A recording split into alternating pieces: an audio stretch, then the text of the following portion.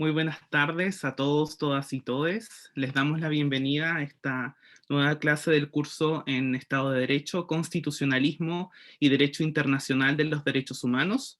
Hoy tenemos junto a nosotros al profesor Marcos Andrade, quien es doctor en Derecho de la Universidad Pompeu Fabra, España, magíster en Derecho de la Universidad de Chile, abogado, licenciado en Ciencias Jurídicas y Sociales de la Universidad de Chile y actualmente es profesor auxiliar del Instituto de Derecho Privado y Ciencias del Derecho de la Universidad Austral de Chile, sede Puerto Montt. Profesor Marcos, muchas gracias por haber aceptado la invitación y tiene su tiempo. Bien, hola, bueno, no sé si buenas tardes o buenas tardes más tempranas o noches ya para algunos y algunas. Bienvenidos todas y todos al curso. Agradezco en primer lugar a Alejandro y Esteban por el magnífico trabajo que han realizado en la organización de este curso, y también les doy la bienvenida, como les dije, a todas y todos. Vamos a hoy día conversar sobre algunas cosas que son, a mi juicio, importantes para poder iniciar un proceso constitucional como el que nosotros estamos, un momento constitucional como el que estamos viendo hoy en Chile. Eh, Bien, voy a hacer una exposición de unos 40 minutos, bien, y luego vamos a tener el espacio para las preguntas, bien. Voy a utilizar un PowerPoint solo para la primera parte, que es la metodológica, que es un poquitito más pesada, ¿no? Y luego ya voy a pasar finalmente al tema que me convoca. Esto tiene que ver con voy a poner un ejemplo sobre cómo finalmente funciona este cambio, este módulo, ¿no? Que trata sobre el cambio constitucional y sus efectos jurídicos. ¿Bien? Para eso voy a hoy analizar el tema histórico. Mañana viene el profesor Agüero a analizar ya el tema mucho más concreto de teoría. Yo voy a un poco más que nada hacer un contexto histórico. Bien, les voy a compartir la pantalla para que podamos comenzar a ver esta presentación. Bien, aquí está, un segundito, no sé si ya la pueden visualizar. Bien, eh, bien, Estado de Derecho, Constitucionalismo y Derecho Internacional de los Derechos Humanos es el nombre del curso. El módulo que me corresponde a mí es dictar, bien, es el módulo 3, que es la clase 1 del módulo 3, bien, el cambio constitucional y sus efectos jurídicos. Y la clase se titula La soberanía reside en, como una pregunta, ¿no? La soberanía reside en, ¿no? Esta es en quién, ¿no? En qué órgano, ¿bien? En qué lugar, ¿bien? Bien, el esquema de la clase básicamente son 3 puntos, ¿bien? El primero es la presentación del problema, ¿bien? De lo que quiero analizar. La segunda parte, la segunda parte es el enfoque metodológico, que esto es importante para poder entender qué es lo que voy a explicar, y esto tiene que ver con para poder entender bien por qué les di la lectura que les di, y que finalmente vamos a avanzar hacia la comparativa con las otras constituciones que ha tenido Chile a este respecto, ¿bien? Y el tercer punto es sobre básicamente estos 3 momentos constitucionales que hemos tenido en Chile y cómo finalmente podemos comprender esta variación. ¿Bien? Primero vamos a presentar esto que yo considero que es un punto de partida que pudiera ser interesante para todas y todos. Bien, la presentación tiene que ver con algunas fórmulas, con una formulación persistente, ¿no? Formulación constitucional persistente, es decir, un texto que está en las constituciones chilenas, desde la del 33, la del 25 y la del 80, que son las 3 constituciones que ha tenido el país, ¿no? Chile. Pero me imagino que con esto del derecho comparado, bien, y esta idea de la circulación de modelos, estas formulaciones, como también los voy a explicar después, se repiten en otras constituciones, pero principalmente vamos a enfocarnos en el caso chileno, ¿bien? Entonces, esta formulación constitucional persistente, ¿bien? Consiste en esto, ¿no? Cogí esta porque me parece que es seleccioné esta porque me parece que es la más adecuada, la más fuerte, ¿no? Y creo que permite entender bien varios problemas y varias ideas que son importantes a propósito de la idea del cambio constitucional y del proceso que se inicia, ¿bien? En la Constitución de 1833, en el artículo 4, se recoge una chilena, ¿no? Se recoge una norma que dice que la soberanía reside esencialmente en la nación, que delega su ejercicio a las autoridades que establece esta Constitución. ¿Bien? Dicha formulación es idéntica, o prácticamente idéntica, a la que se realiza en la Constitución de 1925. ¿Bien? En el artículo 2 dice la soberanía reside esencialmente en la nación, la cual delega su ejercicio en las autoridades que esta Constitución establece. ¿Bien? Es decir, la única diferencia, digamos, tangible es este cambio, ¿no?, en la redacción. Y finalmente la Constitución de 1980 establece en su artículo 5 la soberanía reside esencialmente en la nación, luego, y agrega después su ejercicio se realiza por el pueblo a través del plebiscito y de las elecciones periódicas, y también por las autoridades de que esta Constitución establece. Ningún sector del pueblo ni individuo alguno puede atribuirse su ejercicio. Bien, esta es básicamente esta formulación. Bien, si usted se fija en la primera parte, solo hasta donde llega la Constitución establece, bien, finalmente nos encontramos con la misma formulación constitucional. Bien. Y esto es muy frecuente en los momentos en los cuales, en los momentos en los cuales comenzamos a analizar el cambio de la Constitución, que efectivamente comienza a haber una cierta reacción por parte de, obviamente, sectores políticos que de alguna manera buscan limitar, circunscribir, más allá de la mera deliberación que va a tener la Convención Constitucional, ciertas, por así decirlo, ciertas ideas, ciertas normas que en principio no deberían ser tocadas, ¿no? Es decir, por la convención. ¿Bien? Esto si ustedes estuvieron en un país donde ocurrieron estos procesos constitucionales, o quieren iniciar uno, van a iniciar uno, estamos como en Chile, esto es muy frecuente, ¿no? Por lo menos en Chile esto se ha discutido bastante, ¿bien? Hay un punto que me interesa que aquí se ha justamente construido a partir de estas formulaciones persistentes, ¿bien? Salió hace poquito un libro aquí en Chile que se llama Origen y trazabilidad de las normas de la Constitución chilena desde 1812 en adelante, un libro hace poquito, ¿no? Y este libro permite, o sea, esta idea, ¿no?, que está en este libro permite de alguna manera ayudarnos a prevenir dos cosas que son importantes cuando uno compara estas constituciones en el tiempo, ¿no?, estas formulaciones constitucionales que se dan en distintas constituciones en el tiempo. ¿Bien? Un análisis superficial de estas formulaciones, ¿bien?, que es lo que me interesa enfatizar aquí, de estas formulaciones persistentes, ¿no?, estas formulaciones que de alguna manera son las mismas, se repiten, no mucho, un contenido sustancial de ellas se repite en los textos, ¿bien?, de las distintas constituciones, puede conducir a equívocos inadmisibles en el estudio de la historia constitucional. ¿Bien?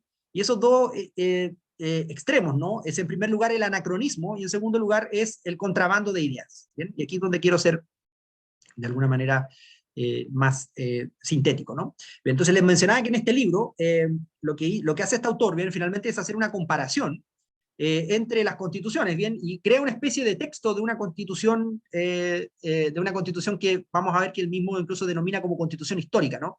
Marca con colores qué parte de la constitución se repiten y cuáles partes no, según en todos los textos constitucionales de Chile, ¿no? Pero principalmente en estas tres últimas, las tres constituciones que son más importantes, la del 33, la del 25 y la del 80. ¿Bien? Y él dice que este es una especie, este método que él utiliza, que es cromático, ¿no?, de por colores, ¿no?, configura una especie de genoma preceptivo diseñado para destacar la fuente primera del itinerario seguido por cada una de las provisiones de la Constitución chilena. ¿Bien? El problema de esta forma, ¿no?, de este método, es que de alguna manera asume una cosa, ¿no?, que de aquí sale, porque de esta idea de que se va repitiendo estas formulaciones, se salta la idea esta de la Constitución histórica. ¿Bien? En el sentido de que aquí hay un prejuicio respecto a la idea de que de alguna forma nos encontramos con un cierto contenido constitucional persistente, ¿no?, perenne, ¿no?, que se iría configurando a partir de las distintas formulaciones constitucionales. ¿Bien? Es decir, y esto presupone aquí, para los que no son del ámbito jurídico, bien, una cosa es, por así decirlo, y esto vamos a analizarlo con un poquito más de detalle, una cosa es, por así decirlo, la formulación constitucional, es decir, el texto de la Constitución, las oraciones con las cuales está hecha, ¿no?, el castellano, en fin, de tal época, ¿bien? Y otra cosa distinta son las normas, ¿no?, es decir, qué expresan el contenido significativo expresado por estas formulaciones. ¿Bien? Esta es como la idea, ¿no? Y entonces, en este sentido, el error, muchas veces el salto, ¿no?, es de alguna manera de decir, dado que existen las mismas formulaciones constitucionales, entonces existe el mismo contenido significativo de estas formulaciones, es decir, las mismas normas. ¿Bien? Y esto es lo que de alguna manera está conceptualmente en el fondo de la idea de la Constitución histórica. ¿Bien? Esta variación histórica en Chile, o sea, esta Constitución histórica, es una idea que comparte, no sé, desde los expresidentes. Lagos hace poco acaba de afirmar que en Chile tiene una Constitución histórica, así que no hay que tener miedo de entrar a un proceso constituyente porque ya tenemos un acervo que de alguna manera está allí y que estas instituciones son de alguna manera inalterables, ¿bien? Y lo que va a hacer la Convención Constitucional de alguna manera es moverse dentro de esta Constitución, digamos, de estos elementos que no cambian, ¿no?, dentro de nuestra realidad constitucional, de nuestra historia constitucional. ¿Bien? Y esta idea de la Constitución histórica por eso se la presenta como una variación del tema clásico de la estabilidad o el cambio de las normas fundamentales. Tiene una idea muy aceptada por un amplio espectro, como les mencionaba, de constitucionalistas en Chile, espectro político, ¿no?, para ponerlo en Chile, desde Vivanco hasta Ríos, ¿no?, para poder decirlo así muy a la chilena, ¿no? Eh, Así que una idea bastante poderosa. ¿Bien? El problema es que cuando uno empieza a tomarse en serio esta idea, la Constitución histórica, que es una idea, en fin, poderosa, bien, que dentro de Chile tiene un defensor bien claro, que es Bernardino Bravo, un historiador conservador, en fin, que tiene muy buen historiador, ¿no? Tiene una obra muy rica y muy profunda, ¿no? El problema es que finalmente les decía que cuando uno se toma la idea de la Constitución histórica, como dice Bravo, la define como el contexto institucional de fondo, ¿bien? Donde se han desenvuelto el constitucionalismo chileno. Bien, esta es una idea poderosa que merece un examen que es el que vamos a ofrecer aquí en estos minutos, ¿no? Esta idea del contexto institucional de fondo, por lo tanto, la idea de la Constitución histórica se funda en la idea o en la noción de institución, ¿bien? Presupone que ese contexto de fondo se construye a partir de un núcleo de significados que son finalmente estas ciertas instituciones que persisten con sentidos distintos a lo largo del tiempo y que las constituciones escritas o de papel, como suelen llamarlas este tipo de historiografía, les harían mayor o menor justicia en sus diseños institucionales al incorporarlas o tratar de transformarlas, ¿bien? Ese sería el contexto, ¿no? De alguna manera, lo que nos encontramos son con mismos significados, pero de alguna manera formulados de manera incluso parecida, o puede haber un cambio, pero en el fondo si uno hace un trabajo, ¿no?, histórico profundo, se da cuenta que en realidad los significados más o menos se mantienen, ¿no? Esta es la idea. Y el punto mío es que, el punto metodológico que es importante examinar, ¿no?, es que justamente el estatus ontológico de la idea de institución jurídica, como es usada por juristas e historiadores del derecho, es complicada, ¿no? Es una idea problemática, ¿no? Por ejemplo, Atria, el 2021, define, dice él, las instituciones son conjuntos de reglas más o menos explícitamente formuladas, perdón, que dan forma a algo importante que sin esa forma es improbable, ¿no? Esta es toda la tesis de este libro de Atria, ¿no?, muy famoso, muy influyente, de la forma del derecho, ¿no? Eso que es importante es una idea, dice, que puede ser caracterizada sin referencia a la institución y es en este sentido una idea preinstitucional, ¿no? Lo importante no es tanto lo segundo, porque eso requeriría explicar bien qué es lo que quiere decir Atria con su libro, ¿no? Pero lo importante es lo primero, ¿no? Son un conjunto de reglas más o menos explícitamente formuladas que dan forma a algo importante, que sin esa forma es improbable, ¿no? Para decirlo con McCormick, porque lo que Atria hace es tomar esta idea de McCormick, finalmente, esta idea del derecho como una institución, ¿bien? McCormick dice en un texto del 86 famoso, dice: las instituciones y los hechos institucionales, en un sentido filosóficamente obvio, dice, tienen que ver con las reglas, pero no son idénticas a ellas, ¿no? Y aquí lo que hace McCormick es tomar esta tradición del derecho romano, del derecho civil romano, ¿bien? La idea es que si cambian las reglas, no cambian las instituciones, ¿no? Y por eso que es importante, de alguna manera, detenernos un segundo en esta idea de los sentidos en que se puede utilizar institución, ¿bien? En primer lugar, una institución jurídica es lo que dota de sentido a las normas, ¿bien? Esta es la idea, por así decirlo, tradicional, si usted quiere, ¿bien? La idea que proviene de esta tradición a la que alude McCormick, que es la tradición del derecho civil romano, ¿bien? Es una ordenación sistemática de las normas e instituciones, ¿bien? Esto es una institución, en consecuencia, dice, esta ordenación que hacen, este trabajo que hacen los juristas de ordenación sistemática de las normas en instituciones, ¿bien? En consecuencia, estas instituciones serían construcciones de la dogmática jurídica, ¿bien? Toman normas y relaciones jurídicas que poseen un núcleo de significado común y las agrupan en una institución. Entonces, todas las normas relativas al matrimonio se agrupan, por así decirlo, en la institución del matrimonio, ¿no? Y el matrimonio como institución tiene ciertas características que no son, por así decirlo, que derivan de las reglas, pero no se reducen a ellas. Y la institución, por así decirlo, de una manera mágica, si usted quiere, cobra vida por sí misma, ¿bien? Esta es la forma tradicional en que el derecho romano se explicaba, ¿bien? Ya saben ustedes que las instituciones de Gallo, ¿bien? Y después las que están recogidas que fueron recogidas luego en la recopilación justinianea, que luego se transmitió a la Edad Media, conocida como Corpus Juris Civilis. Hasta los días de hoy, los que han padecido los estudios del derecho civil saben que esta estructura que tiene el código de personas, cosas, qué sé yo, obligaciones, etcétera, es la estructura de Gallo, ¿no?, que finalmente estaban en estos libros de enseñanza que eran las instituciones, que de alguna manera eran eso, ¿no?, eran ordenaciones que nos permitían de alguna manera comprender este acervo, ¿no? Y naturalmente que el derecho romano era muy distinto a nuestro derecho, ¿bien? En principio esta idea se relaciona con en el fondo la pregunta es, bueno, ya vale, entonces si realmente una institución jurídica lo que dota de sentido a las normas son estas ordenaciones sistemáticas de las normas y que se ordenan en instituciones, se agrupan, ¿no?, con normas con un significado o un núcleo común, ¿bien? Y se agrupan. Entonces la pregunta es, ¿dónde está el significado de las instituciones? ¿Bien? O sea, ¿qué son las instituciones en este sentido?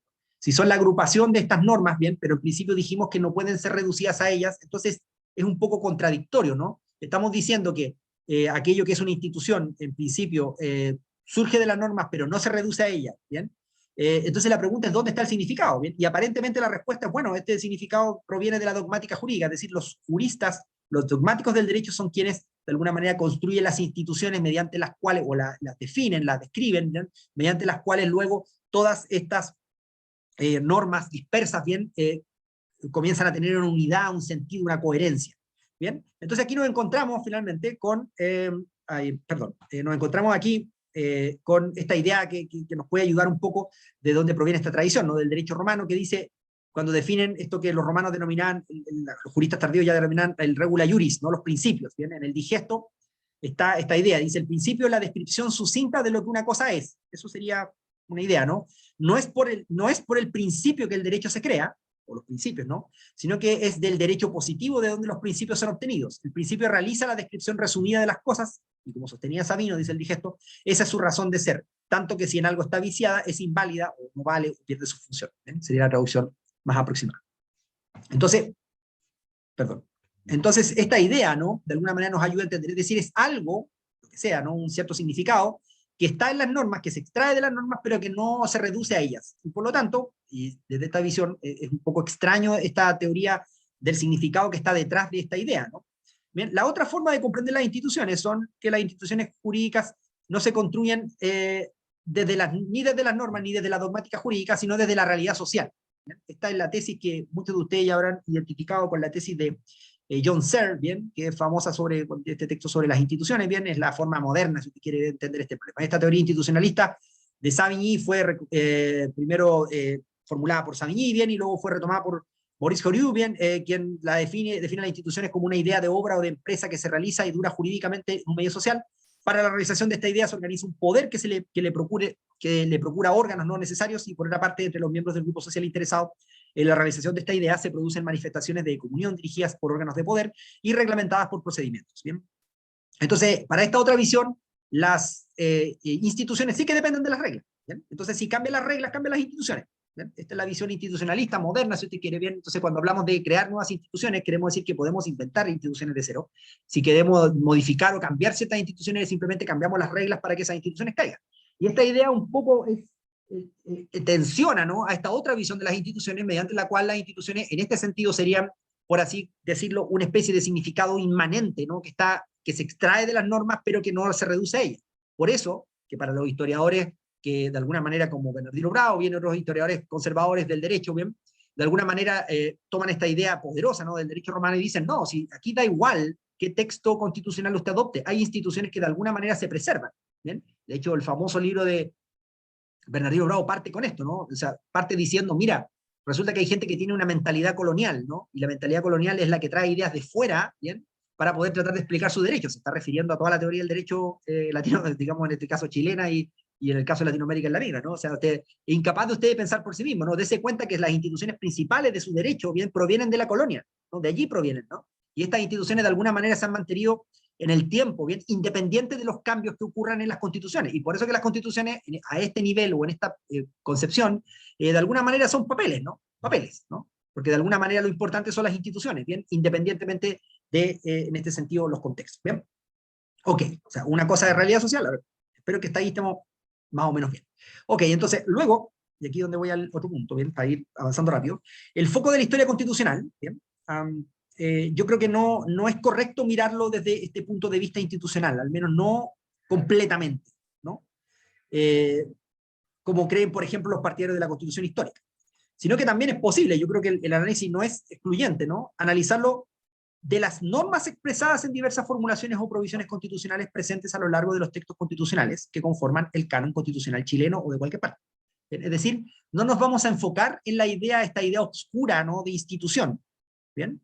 Sino que en el sentido de lo que estamos diciendo, ¿no?, en el sentido de esta especie de significado inmanente, ¿no?, perenne, ¿no?, de las disposiciones constitucionales, sino que vamos a tratar de buscar vamos a enfocarlo en las normas, ¿bien?, es decir, en los significados, ¿bien?, que se podrían potencialmente preservar, ¿no? No como lo creen los de la historia constitucional, sino que, o sea, perdón, los de la Constitución histórica, sino que de alguna manera analizar esta idea, ¿bien?, pero desde un punto de vista metodológico distinto, ¿bien? Esta es la idea, ¿no? Y aquí es donde yo voy a proponer finalmente analizar esto desde el punto de vista de la idea, ¿no?, de estas distinciones metodológicas y principalmente de esta visión contextualista. Bien, así que, en el fondo, para hacer un resumen, ¿no?, de la idea de las formulaciones constitucionales persistentes, bien, es fácil caer en un equívoco, ¿no? ¿Y en cuál equívoco? En pensar que, de alguna manera, nos encontramos, bien, con una muestra de que efectivamente hay algo así como una constitución histórica, algo que se ha preservado en el tiempo. ¿Bien? Y vamos a ver por qué esta idea está en principio equivocada. ¿Bien? Lo vamos a ejemplificar justamente con estas tres disposiciones constitucionales, formulaciones constitucionales, que si bien son una y la misma, lo que les voy a explicar ahora es efectivamente que en realidad expresan tres normas que son completamente distintas. Y usted me va a decir, pero profesor, si es el mismo texto, mire usted dice la soberanía reside esencialmente en la nación, repetido en el 33, en el 25 y en el 80. Y yo le voy a decir, claro, lo que usted está haciendo es asumiendo que efectivamente aquí lo que hay es una misma formulación que expresa necesariamente una misma norma. ¿Bien? Y ahí es donde está el problema metodológico que les quería mostrar, ¿no? Que efectivamente esto hay que tomárselo con cuidado, con distancia, ¿no? Esto no es una muestra de que existe una constitución histórica, tampoco lo que les voy a decir demuestra que no hay algo así como una constitución histórica, ¿no? Solamente quiero decir que es una advertencia, un caveat, bien, metodológico para que usted tome en cuenta que esta idea, ¿no?, que efectivamente, porque esta disposición constitucional se repite, entonces hay una buena razón para que se siga repitiendo, ¿no? O porque finalmente es parte de un canon, o de un conjunto de significados, perdón, que de alguna manera se proyecta en el tiempo. ¿Bien? Entonces vamos ahora a la segunda, segunda parte del enfoque metodológico. ¿Bien? Y aquí voy a parar la presentación. ¿Bien? Luego les daré con disponibilidad, digamos, les haré disponible el PPT para que ustedes puedan volver sobre las ideas. ¿Bien? Entonces, ¿cuál es el punto aquí? ¿No? Y aquí es donde quiero hacer la idea metodológica, la distinción metodológica que me interesa a mí desarrollar. ¿Bien? Visto cuál es la forma esta como tradicional de ver este problema, ¿bien? Ahora voy a explicarles esta otra forma. ¿Bien? Bueno, lo primero que tienen que tener en claro las personas que no tienen formación jurídica, pero lo puedo reiterar aquí, hay una distinción entre lo que se denomina la formulación, como les dije, y la norma. ¿Bien? Son dos cosas distintas. ¿Bien? Hay que distinguirlas. ¿Bien? Están relacionadas naturalmente. Nosotros conocemos las normas porque conocemos las formulaciones normativas. Es decir, cuando leemos la Constitución, el texto, nosotros de alguna manera eso hace esas palabras refieren a algo y eso nosotros tenemos una especie de enciclopedia interna, ¿bien? Que son estos conceptos, ¿bien? Y de alguna manera nosotros recurrimos a esos conceptos y tratamos de buscar allí el significado. Si no lo sabemos, ¿no? Lo que hacemos es de alguna manera, cuando tenemos educación jurídica o vamos a un texto de derecho, de alguna manera nos alimentamos de esos otros significados y nuestra enciclopedia interna se va como aumentando, ¿no? Entonces, no siempre cuando hay un texto, ¿no?, usted digamos, la tesis de que cuando la ley es clara, el sentido de la ley es claro, entonces no se desatiende su tenor literal al pretexto de consultar su espíritu, esa es una idea que de alguna manera creo yo está ya superada, ¿no? Una idea del siglo XIX. Usted cada vez que lee un texto tiene que interpretarlo, esta es la idea, ¿no? Y las disposiciones constitucionales tienen esto. ¿Bien? Entonces, ¿qué nos encontramos aquí? Nos encontramos con que usted tiene que distinguir. ¿Ven? ¿Qué tiene que distinguir? Bueno, tiene que distinguir el significado de la disposición. Si usted puede hacer eso, entonces puede avanzar, por así decirlo, en lo que le voy a explicar, ¿no? A veces lo que nosotros queremos captar el significado de una expresión, de una inscripción o de una proferencia, para decirlo en términos técnicos. Una proferencia es cuando decimos algo, o una inscripción es cuando tenemos un texto, ¿no?, y lo leemos, ¿bien? Hay un sentido obvio en que decimos algo, ¿no? Eso es lo que dentro de la teoría de los actos de habla se llama la dimensión locutiva, ¿no?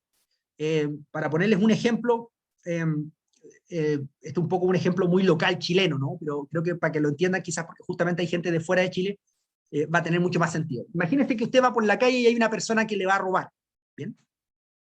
En chileno, alguien que te quisiera robar en la calle, estoy utilizando una formulación cualquiera, una preferencia cualquiera, diría algo así como: salta con las monedas, te apuntaría con una pistola o con un cuchillo, ¿no? Salta con las monedas, ¿bien? Y entonces, si usted es un hablante normal del castellano, ¿bien? Y sobre todo si usted no es chileno, usted va a entender si, ¿qué me quiere decir esta persona? No entiendo nada, salta con las monedas. Entonces, este sentido locutivo normal, ¿no? Usted lo que haría, si fuera como un niño, ¿no?, se lo toma literalmente, ¿no?, es agarrar las monedas, ¿no? Si me están amenazando con un arma, entonces yo pondría las monedas en la mano y saltaría con ellas, ¿no? Así, ¿bien? Eso es saltar con las monedas, ¿bien? Naturalmente que eso es simplemente lo que la otra persona está diciendo, no es lo que está haciendo con lo que está diciendo, ¿bien? Son dos cosas distintas, ¿bien? Entonces, lo que la persona me está diciendo a mí es: oye, me está amenazando, lo que me está haciendo es que me está pidiendo que le entregue el dinero, eso es lo que me está haciendo. Y eso que está, cállate con la lana, dicen desde México, exacto, ¿bien? Y para mí, cállate con la lana sería algo así como: tirarme al suelo con un ovillo de lana, ¿no? ¿Bien? Este sería el punto, ¿no? Entonces, esto en sentido obvio, ¿no? Esto quiere decir, salta con las monedas, ¿bien? Pero luego está lo que la persona quiso hacer con lo que está diciendo, porque también hacemos cosas con palabras, y en esta es una de las grandes enseñanzas de la filosofía del lenguaje del siglo XX, ¿bien? Hacemos cosas con palabras. Cuando yo digo, le prometo a usted algo, estoy prometiendo algo, estoy haciendo algo, no estoy diciendo que voy a hacer algo después, ¿bien? Ese es el. Entonces, en este caso, cuando nosotros decimos, utilizamos una determinada expresión, a veces estamos haciendo algo, ¿bien? Y este es el punto, lo que estamos haciendo, no lo que estamos diciendo. Entonces, cuando usted analiza estos textos constitucionales, bien, usted se está quedando cuando cree que por cada formulación normativa corresponde siempre la misma norma, bien, el mismo significado, usted se está quedando en este nivel locutivo, ¿no? En el nivel del significado más plano, ¿no? Es decir, está entendiéndolo en un sentido, por así decirlo, natural y obvio, como se diría en las constituciones, en las leyes antiguas, ¿no? Es decir, usted está leyendo y dice, no, lo que quiere decir aquí esta norma es exactamente lo que quiere decir, ¿no? Es decir, tiene el mismo significado. Así que en la Constitución del 33, en la Constitución de 1833, de 1925, 1980, como la misma formulación, entonces quiere decir lo mismo, ¿bien? Pero lo que usted se olvida es que las personas que estaban creando esas constituciones en su momento, los constituyentes de su tiempo, no estaban solamente diciendo cosas, sino que estaban haciendo cosas con palabras, ¿bien? Eso es lo que están haciendo. Entonces usted, para comprender qué es lo que estaban haciendo, no simplemente qué es lo que estaban diciendo, usted tiene que reconstruir el contexto. Este es el enfoque que se denomina contextualista. Perdón. Este informe contextualista dice, se basa en esta idea de Wittgenstein, para los que están familiarizados, de que el significado es el uso. No importa lo que usted diga, sino que es importante lo que usted dice, pero lo más importante es lo que usted está haciendo con lo que usted dice, ¿no? Es decir, cuando yo hago cosas con palabras, ¿bien? Lo que estoy haciendo es hacer cosas con palabras, ¿bien? Es decir, quiero cambiar algo en el mundo. Por ejemplo, como en el caso de la persona que me está robando, me está amenazando, ¿bien? Eso es lo que está haciendo. Y si yo quiero captar el significado de la proferencia que esa persona me está diciendo a mí, ¿bien? Tengo que entender cómo está usando las palabras, y para entenderla en un contexto determinado necesito reconstruir el contexto. Ahora, en este caso es bastante obvio que el contexto es súper simple, porque el tipo me está apuntando con un arma, así que incluso en el peor de los casos puede haber un malentendido, pero ya voy a rápidamente darme cuenta que el tipo me quiere robar, ¿no? O la tipa me quiere robar, ¿bien? Ok, pero cuando hablamos de las ideas del pasado, de las formulaciones, de los escritos del pasado, nos encontramos siempre con esta dificultad. Esto es lo que Quentin Skinner nos dice. Mira, cuando tú piensas en conceptos del pasado, el error que hay que evitar, lo que hay que evitar hacer, es atribuir el significado actual y presente a las formulaciones o a los textos del pasado, ¿bien? Entonces, nosotros lo que hacemos cuando leemos este texto de la soberanía reside en la nación, ¿bien? Lo que hacemos parece ser que transportamos nuestra visión de lo que es la soberanía, nuestra visión de lo que es la nación, y la extrapolamos, por así decirlo, a todos los tiempos históricos. Y ahí es donde está el problema. Entonces, ¿por qué les decía yo que las bases de la Constitución histórica son débiles, ¿no? Son débiles porque nos da una respuesta satisfactoria sobre esto. ¿Dónde está el significado? Si el significado no está en las normas, o es inmanente a él, ¿bien? Y por el contrario, si está en las normas, ¿bien? Y entonces, o en las reglas, ¿bien? Y entonces de alguna manera la tesis de la Constitución histórica empieza como a tambalear, ¿no? Porque nos damos cuenta que en realidad, por una parte, hay un significado que permanece, pero que parece que sí es de alguna manera, para que permanezca desde la perspectiva metodológica que le estoy hablando yo, parece que los contextos tendrían que ser los mismos para que pudiéramos hablar de esto, ¿no? Y el ejemplo que les puse de la Constitución del artículo 5 de la soberanía reside esencialmente en la nación, de hecho, por lo que les voy a contar a continuación, muestra que efectivamente son contextos muy distintos, y por lo tanto la norma no debe ser entendida de la misma manera, ¿bien? Es decir, son normas distintas, a pesar de que la disposición constitucional o la formulación constitucional, es decir, el texto, es el mismo, ¿bien? Entonces, ese es el ojo que tienen que tener ustedes, la lupa, porque por esa vía los goles, como se dice, te los empiezan a pasar, ¿no? Porque entonces de ahí los que quieren que las cosas sigan igual y que no quieren cambiar, lo que te van a decir siempre es que, oye, ¿cómo vamos a cambiar esta disposición constitucional, esta formulación, si esta formulación, mira, es parte de la Constitución histórica, se ha repetido tantas veces? Y eso no alcanza a ver que efectivamente lo que hay son contextos distintos, y por eso que necesitamos un estudio, digamos, si usted quiere hacer un cambio constitucional, los estudios sobre historia constitucional son tan relevantes, porque es la única forma de poder entender cómo cambia la ley y por qué cambia la ley y bajo qué contextos cambia, ¿bien? Entonces les voy ahora a avanzar a la tercera parte, ¿no? Porque finalmente el punto es este. Es cierto que hay un sentido en el cual podríamos preservar, porque estoy tratando de hacer la contra, ¿no? en que alguien dice, ya, pero profe, entonces usted me está diciendo que cuando qué sé yo, el Hammurabi, qué sé yo, castiga, qué sé yo, el robo, ¿bien? Yo acaso no puedo entender qué es lo que es un robo porque estamos temporalmente separados, ¿no? Pero ahí hay una distinción adicional que hay que hacer, ¿bien? Porque las constituciones no solo, hay un sentido que finalmente respalda la idea de que podemos comparar en el tiempo, ¿no? Ciertas disposiciones, como por ejemplo cuando decimos hay texto, hay biblioteca entera sobre el código de Hammurabi, ¿no? Que te explican cuáles eran las normas, en qué consisten y todo. Entonces hay un sentido obvio. ¿Cuál es el sentido obvio? Bueno, que finalmente lo que el código de Hammurabi hacía, en este sentido pedestre del derecho primitivo, era regular conductas. Y yo lo que puedo entender detrás, finalmente, el que roba, qué sé yo, o el que miente, qué sé yo, es castigado de tal y cual manera. Bueno, yo de alguna manera puedo entender que es lo que una acción mendaz, ¿bien? Y puedo entender que durante el tiempo esa acción mendaz se ha ido castigando de distintas maneras, en distintos institutos, etc. Porque lo que finalmente hay allí es la sanción a una acción que está prohibida, y como yo soy un ser humano, igual que esas personas de hace miles de años, bien, o hace cientos de años, bien, yo puedo de alguna manera realizar las mismas acciones, bien. De alguna manera los seres humanos, hay una tesis, en fin, que habla que tenemos una naturaleza humana, bien, y de alguna manera el robo parece ser que, o el hurto, ¿no? O los homicidios, bien, etcétera, parece ser, o los asesinatos, en fin, si quiere poner un término menos técnico, bien, parece que se han dado como a lo largo de la historia, y por lo tanto puedo analizarlo desde el punto de vista, desde ese punto de vista. Así que esto de alguna manera contradeciría lo que estoy diciéndoles aquí, ¿no? Pero lo que yo les planteo es que esto es cierto, ¿no? Yo puedo encontrar la regulación respecto al presidente de la República, porque Chile siempre había presidente de la República, ¿bien? En el siglo XIX, la Constitución del 33, la del 25 y la del 80, ¿bien? Pero en ese caso nos estamos refiriendo a lo que el presidente puede hacer o no puede hacer, ¿no? Es decir, lo que le está permitido hacer dentro de la órbita de sus competencias, ¿bien? Y lo que yo le estoy hablando aquí es que hay algunas disposiciones constitucionales, las que son más importantes, ¿bien? Las que son más importantes, las que están al principio, ¿bien? Que esas se refieren no a acciones, sino que se refieren a conceptos, y en este caso a conceptos políticos. ¿Bien? Hay otros conceptos, ¿no? Por ejemplo, podemos pensar la regulación sobre la familia, ¿no? Y podemos analizar, ya hay familia, pero esto supone tener un concepto de familia. Y ese concepto de familia es el que cambia con el tiempo. ¿Bien? Es muy distinto, ¿no? Porque ahí hay una cuestión conceptual, ¿no? Puramente conceptual, no es algo que tenga que ver con las acciones, ¿bien? Porque lo de las acciones más bien es poco lo que puede cambiar, ¿no? En ese sentido, ¿no? Yo me puedo identificar con lo que se regula en el Código de Hammurabi porque soy un ser humano capaz de realizar esas acciones, ¿bien? Pero en el caso de los conceptos, ¿bien? Es algo distinto. Por eso que toda esa gente que dice, no, vamos, hoy voy a analizar el concepto de derecho humano en el derecho griego, ¿no? O en el derecho romano. Eso no tiene ningún sentido, ¿no? Y no tiene ningún sentido porque los romanos no disponían de un concepto de derechos humanos, ¿no? No tienen el concepto de derechos humanos que nosotros tenemos, que ese sí que es contingente, ¿no?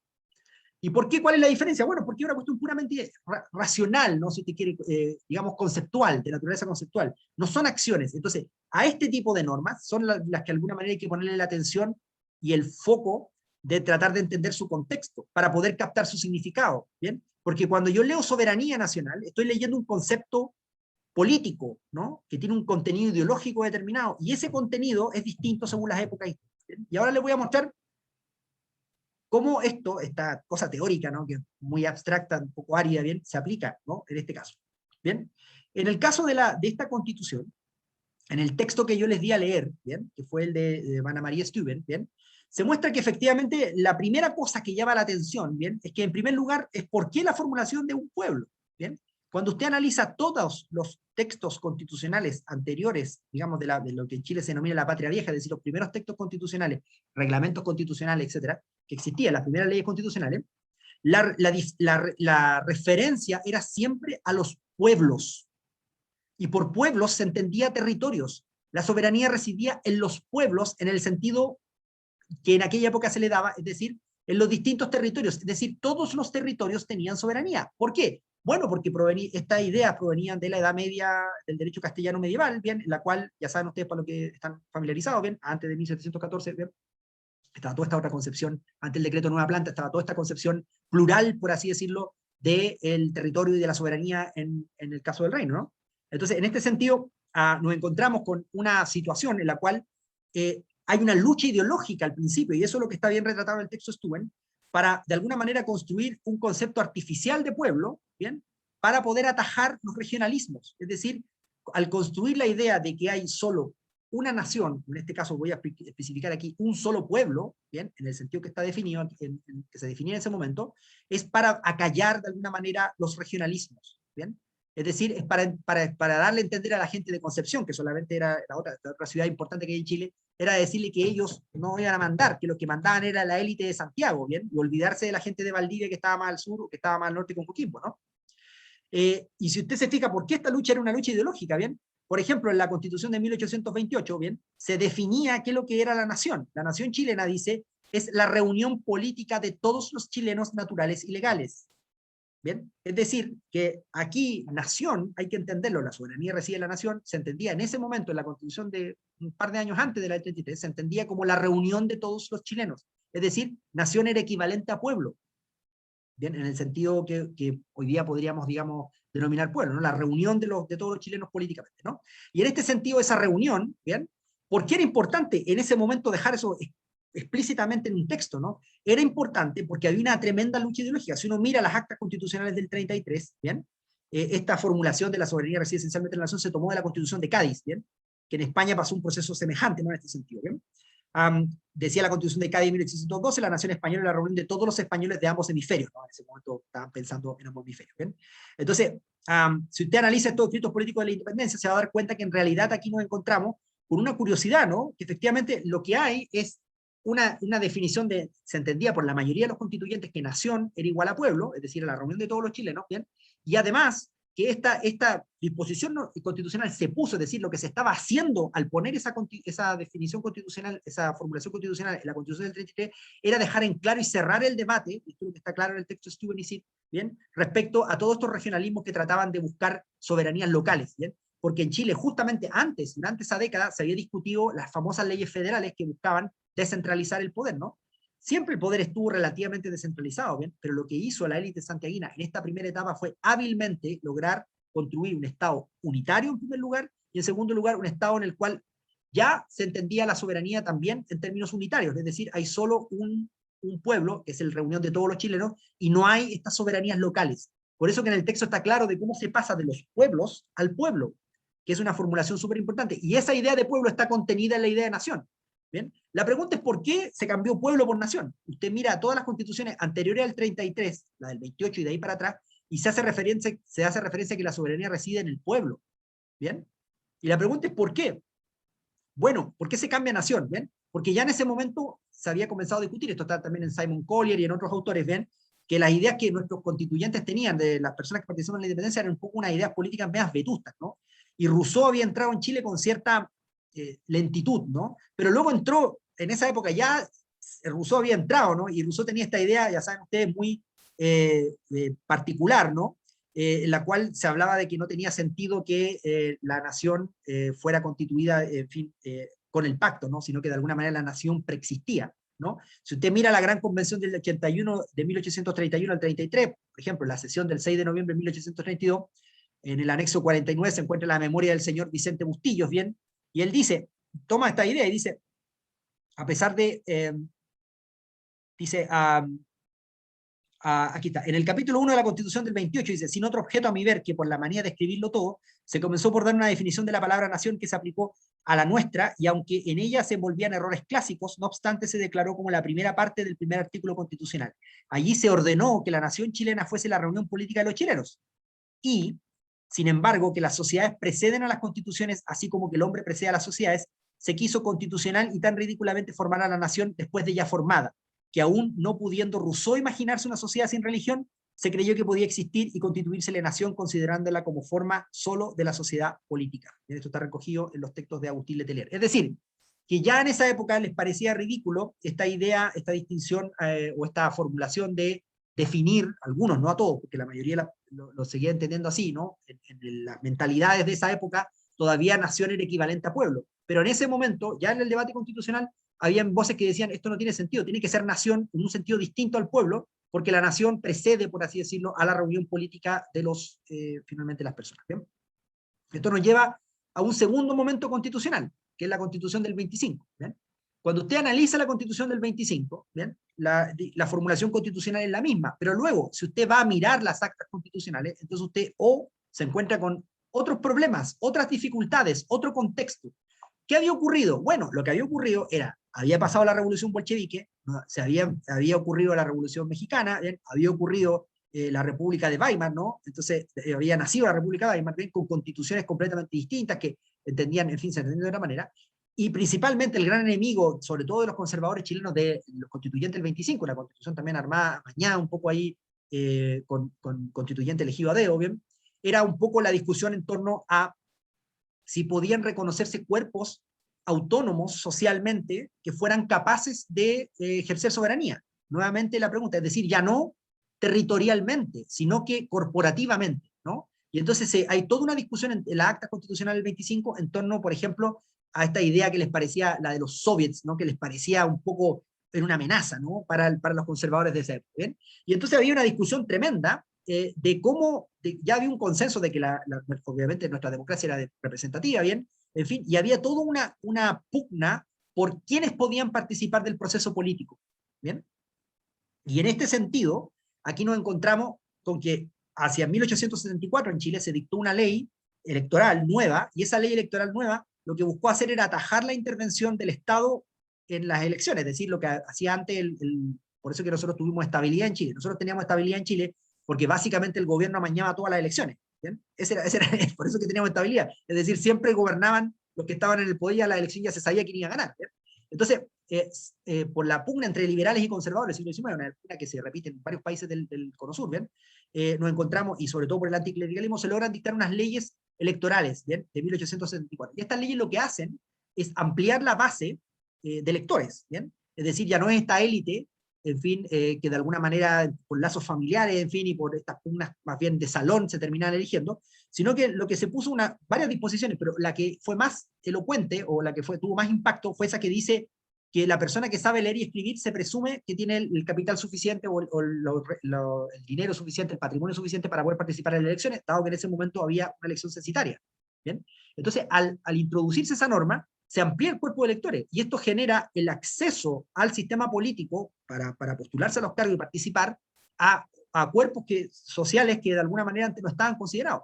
Y esto se fue ampliando progresivamente en la Constitución, en las constituciones, en las reformas a la ley electoral siguiente, por ejemplo la de 1914, etcétera, se fue ampliando la del 24, y luego, cuando llega el momento constitucional, estaba completamente asentada la idea de que no solo los partidos políticos eran los que de alguna manera participaban del proceso político, sino que si usted se fija en lo que definía la Constitución de 1925, bien, le voy a mostrar, espérese, le voy a compartir la pantalla, ¿bien? Y ya estoy casi que termino, así que la alarma me avisa que ya estoy por terminar. Aquí en la Constitución del 25, fíjese usted lo que dice, mire, dice, en las elecciones de diputados, el artículo 25, dice, perdón, ¿qué pasó? Espérese un segundo, perdón, que esto siempre pasa cuando no tiene que pasar, ¿bien? Es mi completa inoperancia esto. Un segundo. Share screen. Se me perdió aquí. Un segundo.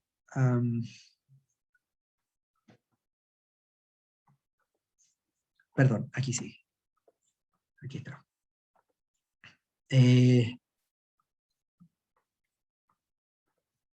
Aquí, el artículo 25 dice, en las elecciones de diputados y senadores, se empleará un procedimiento que dé por resultado en la práctica una efectiva proporcionalidad, dice, en la representación de las opiniones y de los partidos políticos.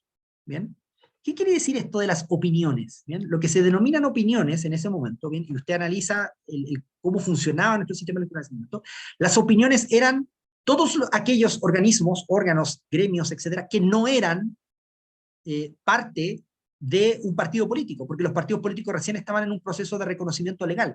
Este artículo es el primer reconocimiento de los partidos políticos como finalmente estos órganos que de alguna manera median digamos, es el mecanismo que media finalmente el ejercicio de la soberanía, ¿no? Finalmente proponen los cargos, la gente elige, bien, va a la elección, etc. Entonces, ¿qué pasa? Que se empieza a construir ahora un sistema de partidos, ¿bien? Y entonces, ¿qué es lo que empieza a ocurrir? Que antes del 25 lo que había se consideran estos otros intereses, ¿bien? Y estos intereses eran los gremios, los profesores, los artesanos, etcétera, ¿bien? Si usted mira las actas constitucionales de la Constitución del 25, ¿bien? Usted se da cuenta que la gran discusión aquí era justamente cómo o si les cabía participación a estos cuerpos intermedios, ¿bien? Solamente le voy a dar un ejemplo porque ya estamos sobre el tiempo, ¿bien? Dice, aquí le preguntan directamente al presidente, ¿no? Y le dicen, bueno, ¿y qué? Porque el presidente era parte de la comisión constituyente, ¿bien? Y uno de los puntos, ¿no? Es que efectivamente se empieza a plantear la idea esta de, ya se me perdió, de si pueden o no pueden o no pueden participar los gremios, ¿bien? Déjame ver. Entonces, dice, ese país donde participan los gremios es Rusia, dice. El soviet o los soviets están constituidos por representación de consejos de trabajadores o de gremios, ¿bien? Y entonces, en parte de los constituyentes, que eran muy pocos, lo que buscaban era que hubiera, le preguntan ya como, ¿qué gremio? Le pregunta el presidente, ¿no? Y él dice, mira, los gremios que importan, ¿bien? Son los trabajadores, los profesores, ¿bien? El gremio de los trabajadores, de los artesanos, etc. Y en este sentido, por ejemplo, habla de los gremios obreros, bien, etc. Entonces, la gran discusión que había en este momento, bien, era finalmente sobre cómo participaban estos medios, y la Constitución lo permitía. De hecho, la Constitución lo que hace es reconocer que hay otros actores que tienen poder político, bien, además de los partidos políticos. Y lo que pasa a contar de la Constitución del 25 es un proceso en el cual se empieza, según en Chile, a construir un sistema de partidos, bien, en que los partidos terminan monopolizando toda la participación política. Y entonces, solo a partir de los partidos políticos usted puede participar, puede acceder a los cargos, etc. Sin partidos no existe esa posibilidad. Naturalmente en Chile, antes del 73, se construye un sistema pluripartidista, ¿no?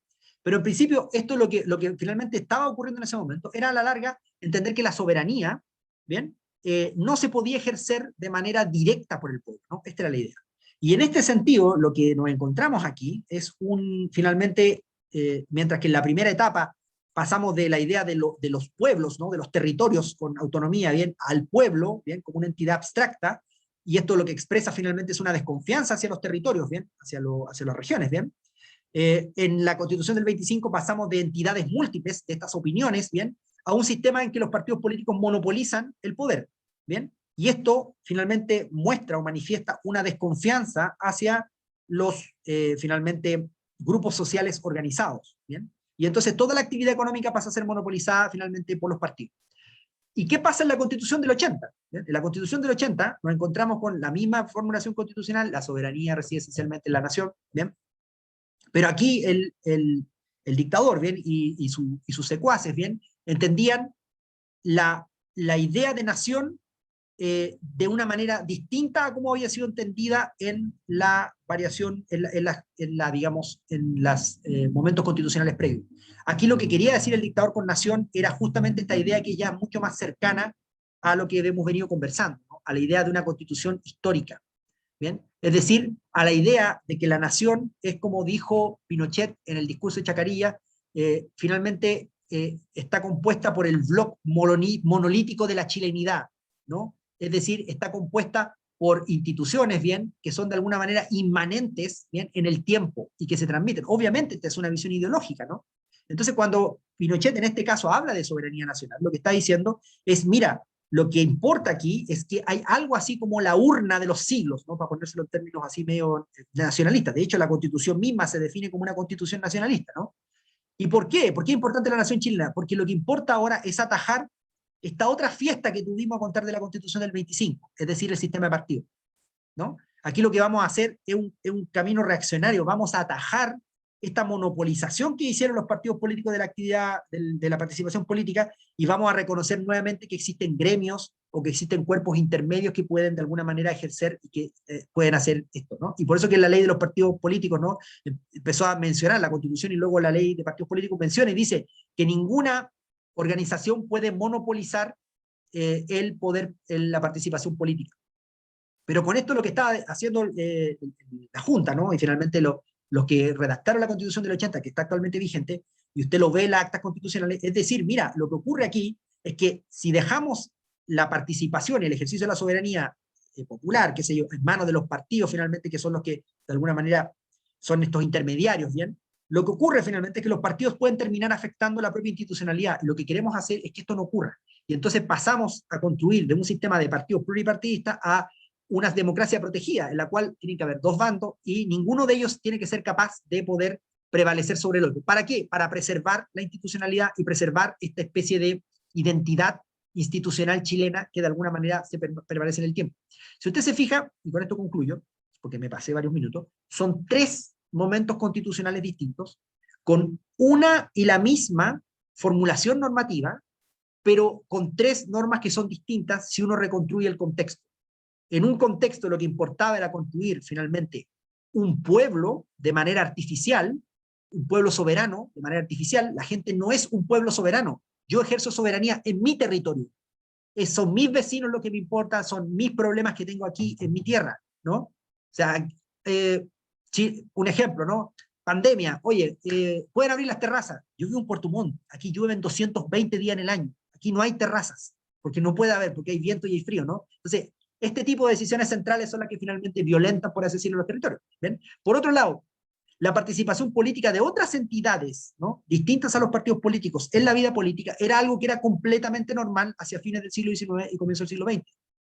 Los gremios, los, qué sé yo, sindicatos podían presentar candidatos, ¿bien? Y esto fue justamente lo que se cortó para construir una monopolización. Se monopolizó en la participación política mediante los partidos políticos, en un sistema pluripartidista, ¿no?, como el chileno, que fue relativamente virtuoso, ¿bien? Hasta que vino la dictadura y achacó todos los males de esto, finalmente, a un sistema de partidos, ¿bien?, que era pluripartidista y por lo tanto reordenó el panorama político, estableció 2 bloques, ¿bien?, y protegió la democracia. Y la protegió pensando o señalando que la nación es inmanente, finalmente, a toda esta, por así decirlo, contingencia política, ¿no? Y finalmente la soberanía es allí donde reside, ¿no? Entonces nos encontramos, por así decirlo, con una misma formulación, pero con distintas maneras de comprensión, de captar el significado de esa norma, ¿bien? Y con eso termino, disculpen que me haya pasado el tiempo, así que podemos abrir preguntas, ¿bien? Eso. No se preocupe, profesor, muchísimas gracias por su clarísima exposición. Vamos a dar paso entonces a la ronda de preguntas. Primero voy a leer algunas que están en el chat y luego quien quiera puede levantar la mano y hacer la pregunta y nosotros le activamos el micrófono. Omar Gaddafi Rojas dice: ¿el criterio de constitución histórica puede ser utilizado como parámetro de control jurisdiccional de un tribunal constitucional para revisar la validez o no de una ley de reforma parcial de la Constitución? Voy a Esa. hacer Vale, haga para ahí. Sí, sí. Y después la responde. Luis Palacios Sanabria: profesor, ¿usted no identifica cláusulas pétreas en las bases de la institucionalidad? La tercera pregunta, también de Omar Gaddafi, dice: ¿un tribunal constitucional tiene competencia para revisar la validez de una ley de reforma parcial de la Constitución? Luego tenemos por aquí Carlos Rivas. Gracias, profesor, por su excelente explicación. Me pregunto si este precedente histórico chileno de discusión constitucional servirá como base o argumento para la interpretación de disposiciones constitucionales en un futuro, tomando en cuenta el razonamiento usado por los constituyentes. Vamos con esas primero. Bien, bueno, estas son preguntas muy interesantes, les agradezco mucho, son preguntas complejas de abordar, yo tampoco tengo respuestas sobre todas estas tremendas preguntas, bien, pero sí lo que les puedo decir es que de alguna manera hay siempre una discusión en derecho constitucional. Yo no soy especialista en derecho constitucional, más bien lo mío es de historia del derecho, filosofía del derecho, pero sí la discusión que es importante aquí es entender que de alguna manera, si usted analiza las constituciones a la luz, al menos, de los estándares de derecho humano, que creo que es la manera de estándar del derecho internacional de derecho humano, y de cómo son comprendidos estos instrumentos de derechos humanos, obviamente que la idea de que pudiera haber algo así como un significado, por así decirlo, inmanente, fijo, pétreo, si te quiere, de determinadas posiciones de una convención o de un instrumento de derecho humano, es una tesis que, o sea, probablemente pocos o nadie están dispuestos a defender. La mayoría de las constituciones son vistas como instrumentos vivos, ¿no? Como como se entiende, por ejemplo, en el caso de la Convención Europea, que es el caso que yo conozco más, porque en eso hice mi tesis doctoral, ¿no? De alguna manera, la idea, ¿no?, es que es relegar cualquier atisbo de originalismo, ¿no?, para ponérselo en términos más presentes, ¿no? Es decir, de alguna forma es evitar tratar de tener una lectura de la Constitución que nos amarre a los contenidos que atribuían los partidarios de la Constitución en un momento. De hecho, esto es lo que probablemente ha pasado en nuestro caso en Chile, ¿no? En que la Constitución ha sido interpretada de una manera distinta en muchos casos, bien, y evolutiva y progresiva, pero el problema está que nos enfrentamos al cambio constitucional en la medida de que el sistema, bien, de la forma en que está regulada, por ejemplo, el ejercicio de la soberanía, o la forma de resolver los conflictos constitucionales, o la forma de disciplinar la política, es una forma que ya no da para más, ¿no? Ha mostrado que es incapaz de poder resolver los problemas que tenemos hoy en día en Chile. ¿Bien? Y esto básicamente porque tenemos una democracia protegida que todavía funciona, una constitución tramposa, como dice Fernando Atria. ¿Bien? Entonces, claro, esto explica por qué es necesario cambiarla. Ahora, cuando hablamos de estabilidad de un texto, es decir, de un texto que funciona, por ejemplo, tenemos el convenio europeo, que tenemos la Convención Interamericana, ¿bien? Y hablamos de un acervo de interpretaciones que luego se va concluyendo a partir de ese texto, ¿bien? Y que van cambiando, van ampliando el significado, van modificando, etc. De alguna manera es una prueba de que efectivamente los significados de los textos no se mantienen fijos, ¿no? Que no estamos atados a un punto en el cual nos encontramos con una atribución de una vez y para siempre de los significados a un determinado texto, ¿no? Entonces hay una deriva, ¿no? Se puede decir de muchas maneras, ¿no? Pero esta es como la idea. Entonces, respecto a la Constitución histórica, a mí me parece que la única forma de traducir el control constitucional a partir de la Constitución histórica sería asumir alguna tesis originalista, y creo yo que esa pudiera ser el caso en un argumento para mostrar justamente por qué cambia el significado. ¿Bien? Entonces, cuando los constituyentes chilenos hablaban de que la familia era el núcleo fundamental de la sociedad, estaban pensando en un hombre, en una mujer y en dos niños, para que la tasa para que la tasa de recambio social, ¿no? La tasa que la cantidad mínima de niños que tienen que nacer para que la población no disminuya, ¿no? Era de dos, ¿no? Entonces, o más de dos, ¿no? Entonces, en este sentido, lo que estaba pensando en esa época los constituyentes era eso, ¿no? Y obviamente sabemos que las familias son múltiples, ¿no? Hay muchas formas de familia, que no todas las familias quieren tener hijos, etcétera, y eso lo sabemos hoy en día. Entonces, claro, ¿cómo atribuimos el significado a esa disposición constitucional? Bueno, hoy día le atribuimos un significado distinto. Lo que pasa es que para poder atribuirle ese significado distinto y que hayan consecuencias institucionales, entonces hay que cambiar otras cosas, y son tantas las amarras que finalmente con la Constitución actual no se puede hacer. Pero una Constitución que es virtuosa, este proceso es completamente dinámico, y nos encontramos, por ejemplo, con una Constitución vieja como la de Estados Unidos, en la cual se le ha ido progresivamente dando significados extensivos, ¿no? Se le ha ido ampliando su significado, y es el mismo texto, ¿bien? Probablemente el itinerario de ese cambio, ¿bien? Es lo que finalmente nuestros colegas en Estados Unidos pasan tanto tiempo estudiando, ¿no? En el derecho constitucional, cómo ha ido cambiando la opinión de la Corte y se ha ido ampliando estos significados. ¿Bien? Bien, esa era la pregunta sobre las dos preguntas que me hicieron. Y sobre el precedente histórico en la interpretación constitucional, bueno, eso más o menos es lo que puedo decir sobre esto, ¿no? Yo soy contrario al originalismo, así que de alguna manera para mí esto es justamente para prevenir, no tanto es el originalismo, sino que en mi caso yo el peligro lo veo en el caso de la Constitución y cómo se ha pretendido pasear de contrabando la idea de que como el texto se repite, entonces la Constitución nueva debería tener este mismo texto, ¿no? Porque finalmente es la misma norma, ¿no? Y son como esta gente que se está ahogando y sigue manoteando, ¿bien? El sistema que se niega a morir, ¿bien? La élite que de alguna manera profitó de este sistema, ¿bien? Y que simplemente no es que vaya a dejar va a perder, ¿no? Sino simplemente lo que le está pasando es que su marco de significados, con lo que le daba sentido a la realidad, está desapareciendo. ¿Bien? Ese es el problema. ¿Bien? Entonces esto es un poco entre dramático y cómico de ver, ¿no? Porque son las vuelteretas que, en fin, la élite siempre se trata de dar vuelta para tratar de seguir siendo una élite, ¿no? Este es el punto, ¿no? Entonces, ante el mínimo riesgo de perder un privilegio, la gente se asusta. Si, cuando uno revisa su privilegio, eso es lo que finalmente te pasa, ¿no? Te conviertes como una especie así de trincheras, ¿no? Ese es el punto. Y esto es lo que estamos observando. ¿Bien? Así que vamos con la otra pregunta, espero que haber contestado en algo. Sí, Camila Belmar dice, profesor, el no mirar la norma según el sentido actual que le damos a los conceptos en ella contenidos, ¿no haría que la norma se vuelva constantemente anacrónica o no se adapte a la realidad cambiante que debe regular? Vamos con esa y también invitamos a quienes quieran realizar preguntas a levantar la mano o a escribirlas en el chat.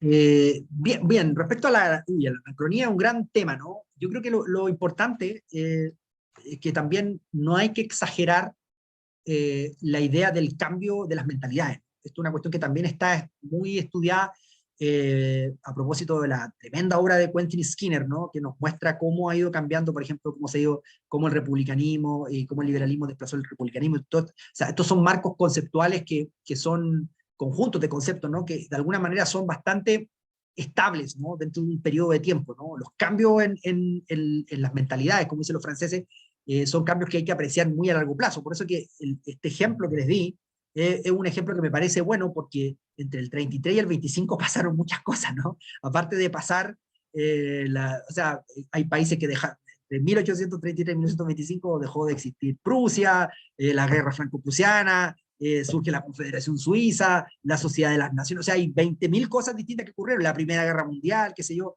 o sea, la Revolución Bolchevique, o sea, hay del 25 al 33, que fue el momento, digamos, esta primera momento de vigencia, el primer momento constitucional chileno estable, ¿no? O sea, hay muchas cosas que cambiaron, y en la teoría política y en la teoría, en fin, económica cambiaron muchas cosas. Entonces, por eso que es importante tener el tiempo, ¿no? Es importante manejarlo en este sentido, ¿no? De alguna manera, porque esto muestra que hay un cierto grado de estabilidad, pero un progresivo y un lento y paulatino cambio en las mentalidades, de cómo se van introduciendo nuevos conceptos, cómo los conceptos viejos van siendo desplazados, etcétera, ¿bien? Muy interesante, por ejemplo, lo que se ha hecho en España, por ejemplo, se ha estudiado mucho cómo, por ejemplo, se justificaba el cambio, o lo que significó para los momentos constitucionales españoles, bien, por ejemplo, cómo lo que sostenía Sánchez Agesta y otra gente, bien, y cómo esto se fue cambiando. Esto es bien importante en Chile igual, ¿no? También pasó lo mismo con la obra que se ha enfocado más, por ejemplo, los cambios de mentalidad de la dictadura, ¿no? Cómo cambiamos de un corporativismo más bien ligado a un cierto nacionalismo, bien, y cómo se fue cambiando a un sistema neoliberal. Todo esto está muy bien estudiado por la obra de Renato Cristi a propósito de Cajuny. Entonces, de alguna manera hay que tener ojo, ¿no? En esto, hay que ser conscientes del tiempo, ¿no? Y el tiempo, ya saben ustedes que no es, no, en historia, no es pura, no es la cronología, el tiempo no es igual al tiempo, digamos, el de las estrellas, si usted quiere, el de los relojes, ¿no? Sino que el tiempo es algo un poquito más plástico, ¿no? Y en este sentido, más maleable, y en este sentido, por eso que estos tres momentos son importantes, porque nos muestran que efectivamente el paso del tiempo tiene un impacto en el cambio en los conceptos, en las mentalidades, si usted quiere, los significados que atribuimos a determinados conceptos teóricos, ¿no? Como por ejemplo soberanía, constitución, etcétera, ¿no? Bien, pueblo, bien, ok. Eh, y respecto, bueno, y por eso que es importante esta idea de no caer en el anacronismo, ¿no? Lo que hay que evitar es, por un lado, el anacronismo se produce por varias cosas, ¿no? La tesis de Skinner, que me parece que se aplica respecto a la historia intelectual y se aplica claramente a la historia de los conceptos, que de alguna manera hay tres cosas que usted tiene que evitar hacer. La primera, el presentismo, es decir, llevar mis conceptos del presente al pasado. Pensar que todos los problemas empiezan y terminan en mí, ¿no? Este es el primer punto. Y el segundo es asumir que hay una doctrina donde no la hay.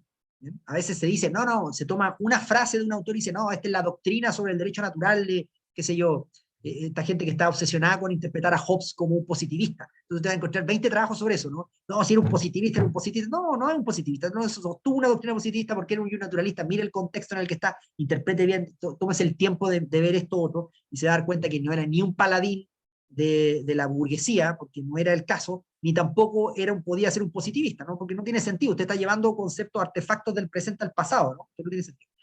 Eh, y por eso que usted no tiene que esperar tampoco que haya una doctrina, que alguien haya formulado una cuestión coherente y completa, ¿no? Porque no es el caso tampoco. Entonces, uno de alguna manera tiene que ser consciente de esto, ¿no? Por eso que cuando vemos la Constitución del 33 y vemos la discusión que había en Chile en torno al concepto de soberanía popular, bien, nos damos cuenta que por lo menos en la Convención Constitucional habían ya gente que había leído Rousseau y que se daba cuenta que esta cuestión no tenía sentido definir el nación por soberanía y que en realidad la nación era una cosa que preexistía al pacto social, ¿bien? Y ese era el cuerpo depositario, ¿no? De la soberanía y no el pueblo, que era una especie de número de un grupo contingente que dependía finalmente de los ciudadanos de un momento determinado, de un tiempo determinado, ¿bien?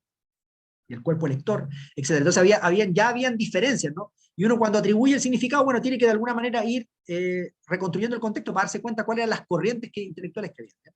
Y esto no evita caer en el anacronismo. Ahora, sobre cuando esto es en el presente, bueno, esto es mucho más fácil de detectar, o sea, las dogmáticas y el derecho constitucional como que nos mantienen al día, ¿no? Los dogmáticos del derecho constitucional nos van mostrando, oye, mira, esta es la tesis 1, esta es la tesis 2, mira, hay un debate doctrinal sobre esto, pero no hay acuerdo.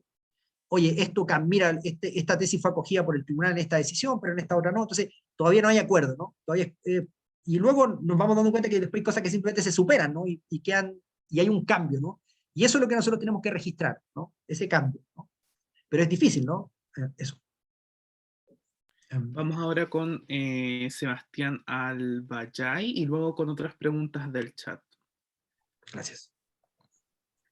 Hola, buenas tardes a todos Hola. y todas, al profesor Marcos. En primer lugar, agradecerle, soy de la ciudad de Copiapó, y mi pregunta va relacionada hacia un paper que yo leí hace tiempo de Jaime Guzmán, ¿cierto? Que creo que el nombre era El sufragio universal y la nueva institucionalidad, que Sí, él hablaba esencialmente sobre la vuelta al voto censitario. Eh, bueno, afortunadamente esta idea no prosperó, pero sin embargo, a pesar de que no hubo un voto censitario en Chile, la participación política fue, a partir del retorno a la democracia, disminuyendo.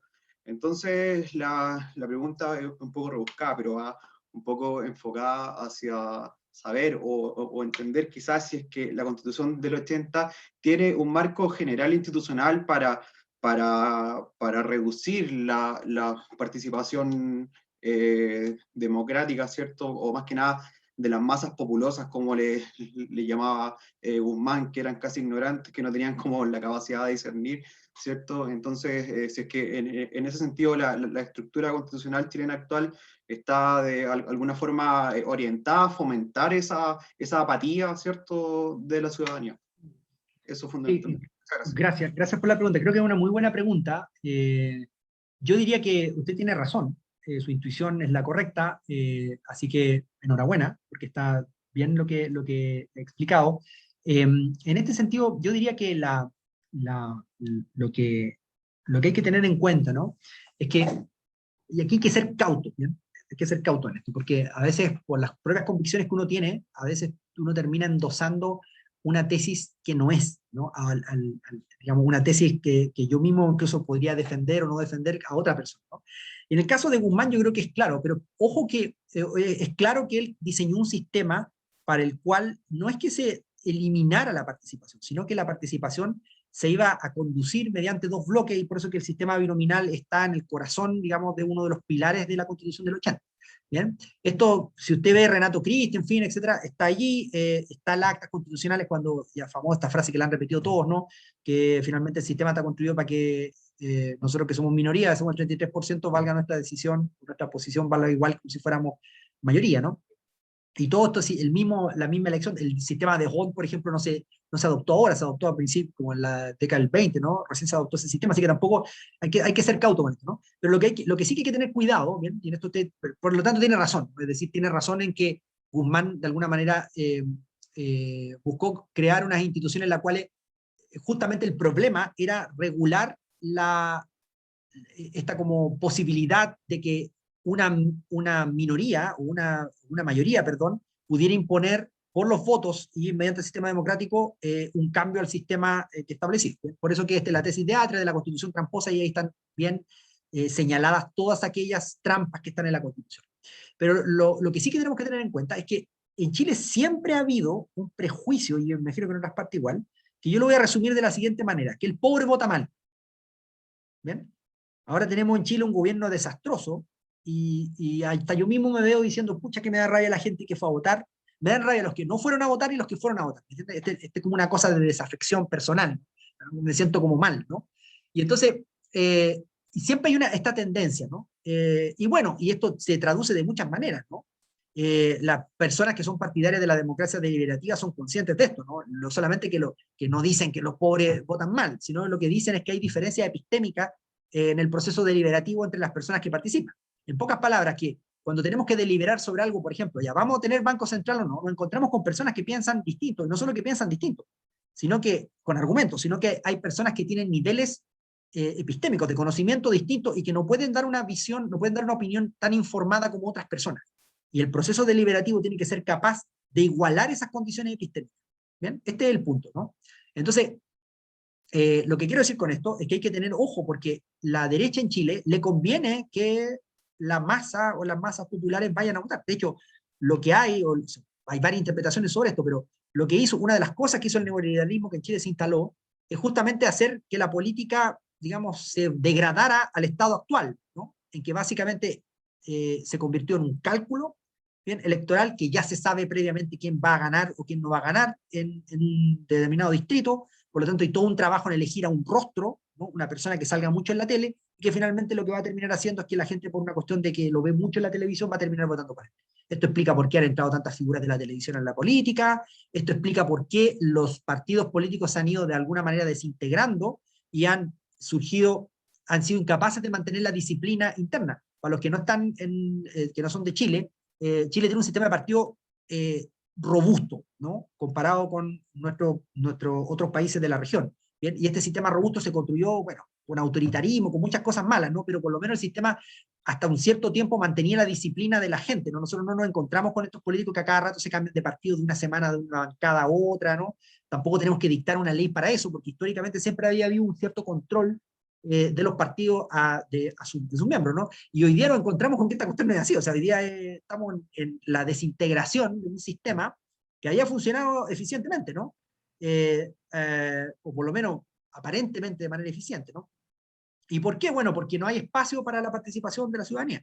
Bien, y ese espacio finalmente se ha visto coartado porque la Constitución de alguna manera impide estas participaciones, ya sea porque no considera mecanismos como referéndum o consultas, o porque finalmente tenemos este sistema en que siempre se ve la representación, como lo contaba un colega amigo ahí en Barcelona, siempre como que los políticos creen que hay dos modelos, o es democracia directa, o es cheque en blanco al representante, ¿no? Como si no hubiera un entremedio, la posibilidad de encontrar otros caminos en los cuales pudiéramos tener algún grado de control en nuestros representantes, ¿no? Entonces, todas estas cosas son las que finalmente terminan, como se dice en buen chileno, choreando a la gente, ¿no? Y terminaron esta desafección, ¿no?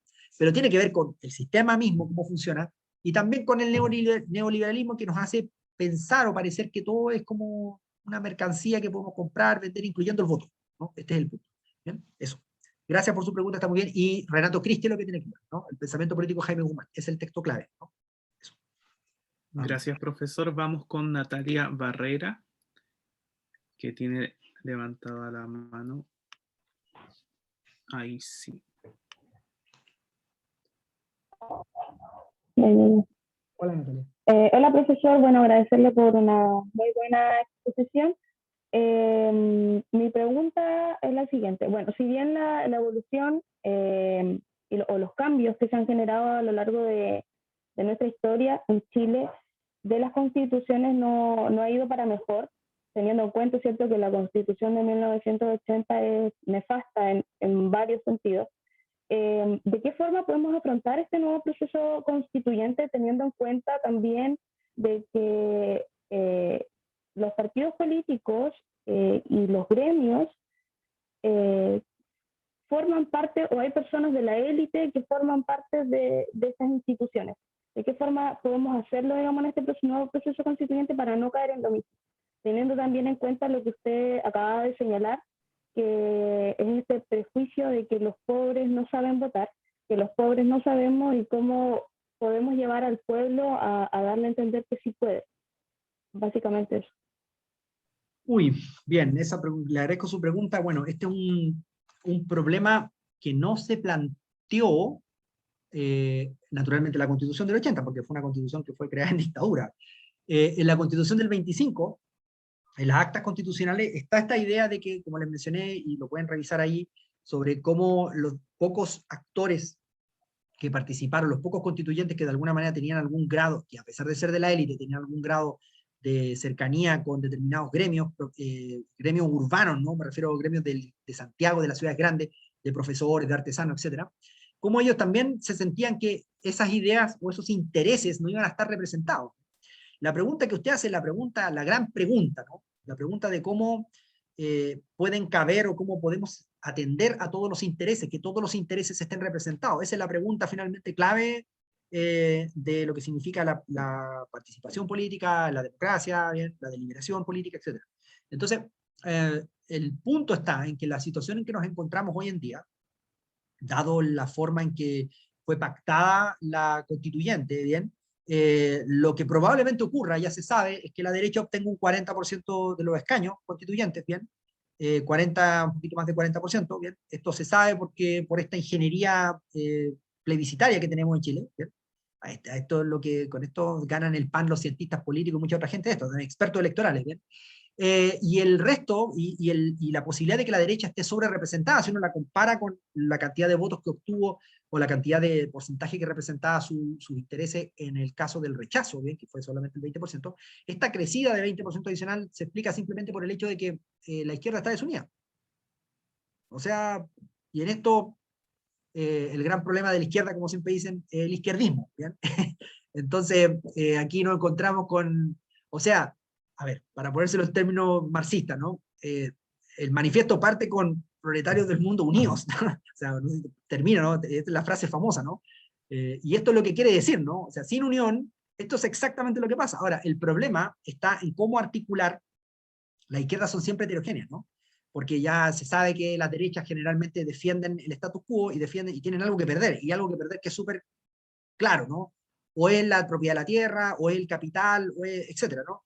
Y la izquierda, que generalmente son, que representan los intereses de los que no tienen o los que quieren que haya un reparto mayor, ¿no? De alguna manera lo que buscan es finalmente hacerlo de formas distintas, ¿no?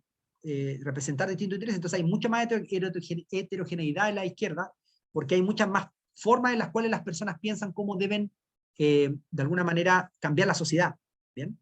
En este sentido, igual como en la estrategia militar, ¿no? El que ataca tiene que tener el doble de fuerzas que el que defiende, ¿bien? El que defiende estaba en el castillo medieval, construía el glacis, se ponía en el castillo con los muros altos, y el trabajo de ir a tomar el castillo dependía de la gente que tenía, y había que haber suficiente gente para poder subir el castillo, llevar todas las máquinas, todo, ¿no? Este era el punto, ¿no? Entonces usted me dice, bueno, ¿cómo representamos? Bueno, el punto aquí es que si se hace por caminos institucionales, yo soy abogado, podría proteger el Estado de Derecho, bien, es que hoy en día la forma que tenemos es básicamente apoyando a candidatos que son independientes, ¿bien? Pero eso tampoco es garantía de que vayan a estar representados todos los intereses. Yo soy un defensor también del sistema de partidos, ¿bien? Creo que si bien los partidos están siempre con esto que se denomina la jaula de hierro, siempre les cae la jaula de hierro, ¿no? Siempre terminan pidiendo sus propios intereses y no los intereses de los representados, de alguna manera son el mal necesario con que esto hay que realizarlo, y deberíamos tener un control o una participación mucho mayor en los partidos para que eso de alguna manera garantice que se representen todos los intereses. Bien, y usted mira, ¿pero por qué? Porque en Chile hay mucha gente que defiende a los independientes como la gran solución.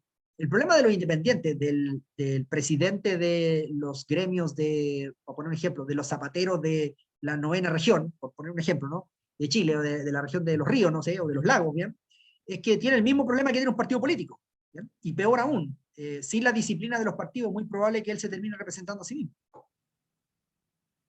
O que sea mucho más probable que pacte cosas que no nos interesaría. El control sobre el independiente es el gran problema de los independientes, ¿bien? Eso es el problema que en principio o en teoría superan los partidos políticos. Tienen control y cuadros, ¿bien?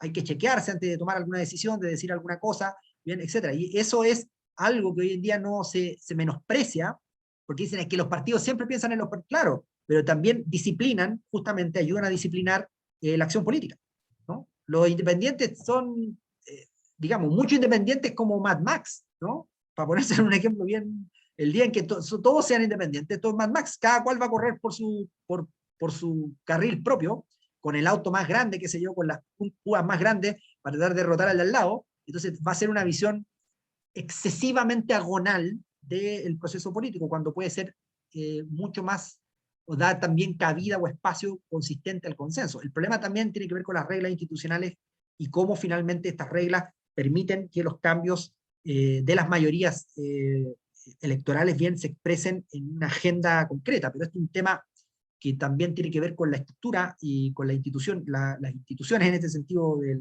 los órganos bien que la Constitución establece y las competencias atribuidas, y no tanto con esto otro que estamos mencionando. ¿Bien? Eso, ¿alguna pregunta más? Sí, profesor, muchas gracias.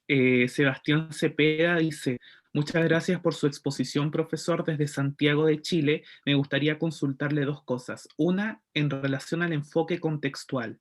¿Sería de utilidad un preámbulo en la futura Constitución? Asimismo, quisiera preguntarle cómo conciliar, si es posible, atender a criterios originalistas tan utilizados en veces en la Constitución de 1980, con la evolución interpretativa que se le puede dar a un texto constitucional. Después tenemos por acá, Anaís Barahona. Profesor Anaís de Puerto Varas, me gustaría saber si acaso el escenario internacional de derechos humanos actual nos da alguna esperanza de que a través del respeto de los instrumentos internacionales ratificados por Chile, se eleven los estándares para asegurar la ampliación de derechos que nuestra tradición política profundamente conservadora y cristiana ha bloqueado siempre a través de las constituciones. María Victoria Ulloa. Me gustaría conocer su opinión sobre cómo repetir esa fórmula del artículo 5, sobre cómo repetir esa fórmula podría funcionar para negar o disminuir sus efectos jurídicos a la idea de plurinacionalidad y reconocimiento constitucional de los pueblos indígenas. Y Victoria Solís, desde Perú, dice, en el caso chileno, ¿cómo se plasmó en sus primeras constituciones la figura de los poderes ejecutivo y legislativo y qué repercusiones tuvo en los siglos siguientes y la actualidad? Acá en Perú, desde el inicio hubo un desbalance y debilidad de la figura presidencial en comparación al Congreso, y eso nos ha traído consecuencias hasta la actualidad.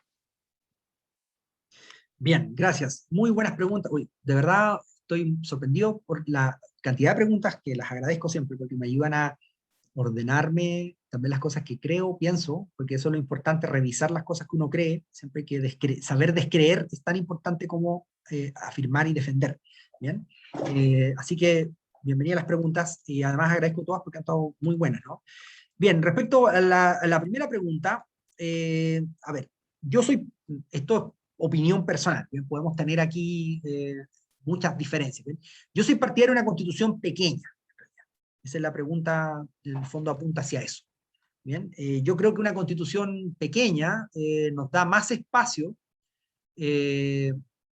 para poder resolver aquellos asuntos que con el tiempo puede que sean distintos a como los vemos hoy en día. ¿Bien? Cuando uno estudia filosofía del derecho, en teoría del derecho, siempre se habla de la vaguedad y de la ambigüedad y de la textura abierta como defectos del lenguaje. ¿Bien? Pero cuando en realidad uno los mira desde el punto de vista de cómo se utilizan, es decir, se utilizan palabras generales que dicen muy poco, en fin, si usted entiende esto como un defecto, entonces es algo que en principio usted tiene que arreglar, ¿no? Mejorar, es decir, tengo que ser súper claro y súper detallado en lo que quiero decir en la Constitución para que no quepa duda. ¿Bien? Pero por otro lado, la vaguedad, la ambigüedad, por lo menos la ambigüedad no, pero la vaguedad sí, la textura abierta, ¿bien? Pueden ser vistos de otra manera, sobre todo la vaguedad, puede ser vista como un instrumento súper útil. ¿Bien?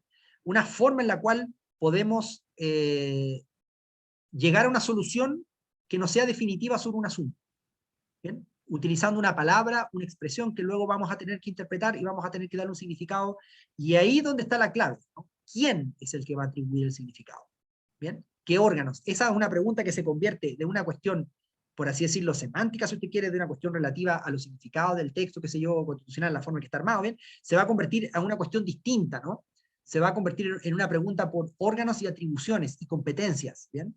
Vamos a pasar de un fetichismo del texto normativo, un fetichismo normativista, a una cuestión más seria, ¿no? Que es finalmente cómo vamos a hacer un diseño institucional que nos permite y nos garantice que cuando tengamos que atribuir el significado a las expresiones que de la ley o de las normas constitucionales, bien, o de los textos constitucionales, se haga por un órgano que de alguna manera garantice el equilibrio y respete la voluntad de las mayorías. Este es el punto, ¿bien? Entonces, en este sentido, creo que una constitución pequeña, ¿bien? Y más vaga, ayudaría a tener y un diseño institucional robusto, ¿bien? Respecto a quién es el guardián de la Constitución y quién atribuye estos significados, ¿bien? Creo que nos ayudaría a avanzar de una mejor manera que tener una Constitución súper detallada, ¿bien? Esta es mi opinión personal, ¿bien? Y esto tiene que ver también con la pregunta del preámbulo y el originalismo. Yo no creo en el originalismo, yo creo que es una pésima técnica de interpretación. Creo que solamente se estudia porque los Estados Unidos es una potencia y a la gente se siente, en fin, más afín, y esto le pasa a los profesores igual intelectualmente con algunas posiciones, ¿bien? Y entonces si algo se defiende en Estados Unidos, aunque sea un poco tonto, lo vamos a tomar en cuenta, ¿bien?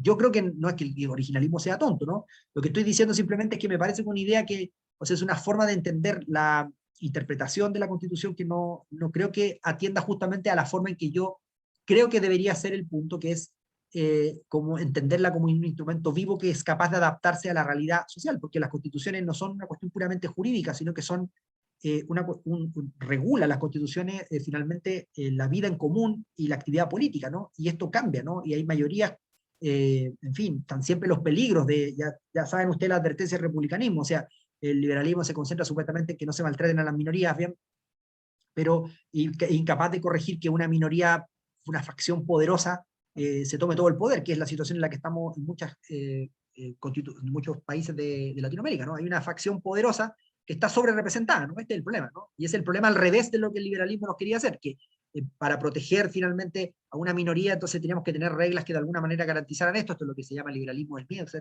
¿no? Y aquí el punto, lo que nos importa en realidad es el otro caso, ¿no? Lo que el republicanismo nos ha mostrado, que hay a veces que hay facciones poderosas. De hecho, si usted mira la historia constitucional chilena de 1833, el artículo sobre la soberanía incluía los reglamentos constitucionales anteriores a la Constitución del 33, incluía esta frase que decía que ninguna familia incluso se puede atribuir el ejercicio de la soberanía. Se decía familia, ¿no? Para decirlo claro, que eran individuos, familias o grupos podían monopolizar o digamos, hacerse del ejercicio de este poder, ¿bien? Soberano, ¿bien? Entonces, yo creo que ahí hay una cuestión de técnicas, ¿no? Distintas, ¿bien? Lo mismo respecto a los derechos. Si me pregunta a mí cómo queremos establecer los derechos, un catálogo así súper amplio, claro que sí, pero por ejemplo con reglas, por ejemplo, cláusulas de limitación, una cláusula general de limitación, no una cláusula por cada derecho, porque mientras más cláusulas tengan los derechos, la técnica interpretativa se va a ir luego enfocando en establecer, digamos, diferencias a partir del texto de las restricciones, ¿bien? En vez de que haya una cláusula general de restricción. ¿Bien? Bueno, en fin, ahí esto también es una cuestión de técnica legislativa y constitucional, bien, que en otros países se ha estudiado bastante bien. Hay muchos textos muy buenos sobre estas comparativas entre constituciones, Van der Trief, en fin, hay otros textos muy buenos sobre esto, ¿no? Bien, respecto al tema del respeto a los derechos humanos, esto es, en fin, o sea, creo yo que el gran oportunidad que tenemos de limar todas aquellas cuestiones que impiden una protección multinivel de los derechos. ¿Bien? Y esto es una cuestión también que tiene que ver con el diseño institucional, tiene que ver también con el cambio en la cultura de nuestras élites judiciales, en fin, y de nuestras instituciones judiciales y en general de los operadores del derecho, ¿no? Juristas, jueces, funcionarios. ¿Bien? Y esto es importante porque finalmente la Constitución da una oportunidad, tiene un cierto poder, que esto también se ha analizado muchas veces, bien, históricamente también, ¿no? En el texto de Steuben, ustedes mismos pueden encontrar, no ahí, pero no en la selección que les di, pero sí en otra parte de los debates constitucionales de la Constitución del 33, bien, de 1833, pueden encontrar todo este debate en torno al poder performativo de las leyes. ¿Bien? Los constituyentes de hace más de 100 años, bien 150 años, casi 200 ya, 190 años, se preguntaban las mismas cosas que nos preguntamos hoy en día. Oye, vamos a crear una constitución, ¿vamos a poder cambiar las cosas con esta constitución o no? Va a ser letra muerta. Bien, vamos, esto es el poder performativo de la ley, es decir, nuestra constitución va a ser transformadora de la realidad o no. Bien, esto es una pregunta válida, ¿no? Y entonces, ¿cómo vamos a transformar la realidad? Y si no la transformamos, ¿qué vamos a hacer? ¿Bien? Entonces, son preguntas que son relevantes, ¿no? Y son relevantes para la ciudadanía. Obviamente los abogados, los juristas tienen unas respuestas más técnicas, unas volteretas conceptuales más largas para más o menos presentar las mismas preocupaciones que tenemos todos como ciudadanos comunes y corrientes, ¿no? O sea, yo quiero que esto haga un cambio de verdad. La segunda persona que preguntó dijo, no, el respeto a los derechos humanos esto es clave. Sí, a mí también me parece clave. Y me parece importante diseñar institucionalmente para que quede claro que la protección es multinivel, que finalmente de la mejor manera posible incorporar los estándares de derechos humanos casi automáticamente, ¿no? En nuestras cortes, con todo lo que esto genera, los problemas que ha generado en otros lugares, pero en fin, buscar algún diseño que esto se garantice, ¿bien? Respecto a lo que pregunta la señora o señorita o señor Ulloa, pero no recuerdo cuál es el nombre, sobre el estado, de cómo formularía yo la soberanía, esta es una muy buena pregunta.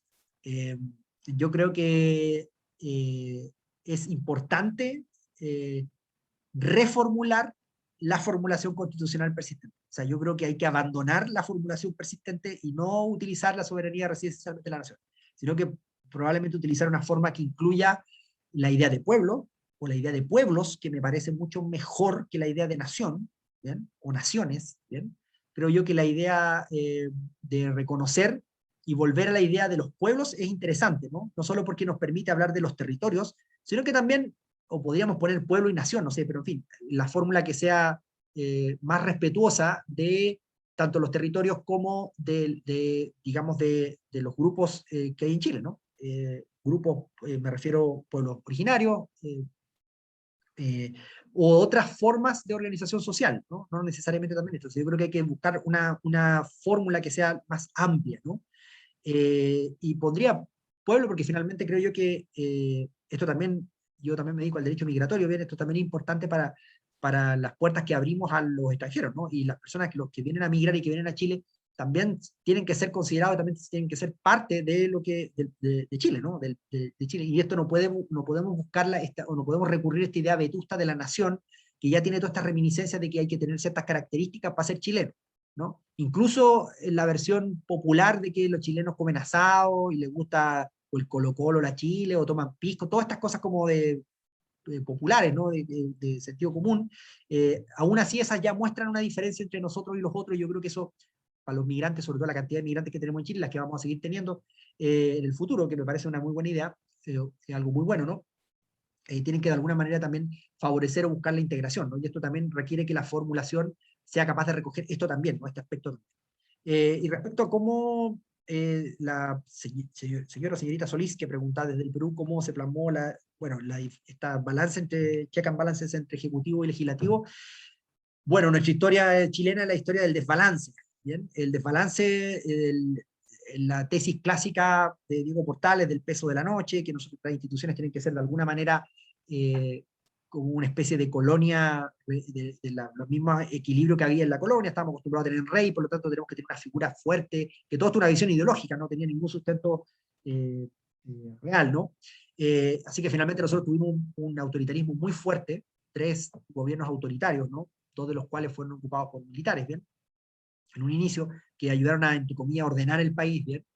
Y luego de eso hubo un autoritarismo una intervención directa del Ejecutivo en casi todos los ámbitos de lo público, ¿bien? Y progresivamente hacia fines del siglo, ya segunda mitad del siglo XIX, comenzó un proceso de apertura, ¿bien? De incluir nuevas fuerzas políticas, de limitar la intervención del Poder Ejecutivo en la vida política, digamos, circunscribirlo, ¿no? Que no interviniera tan directamente en las elecciones.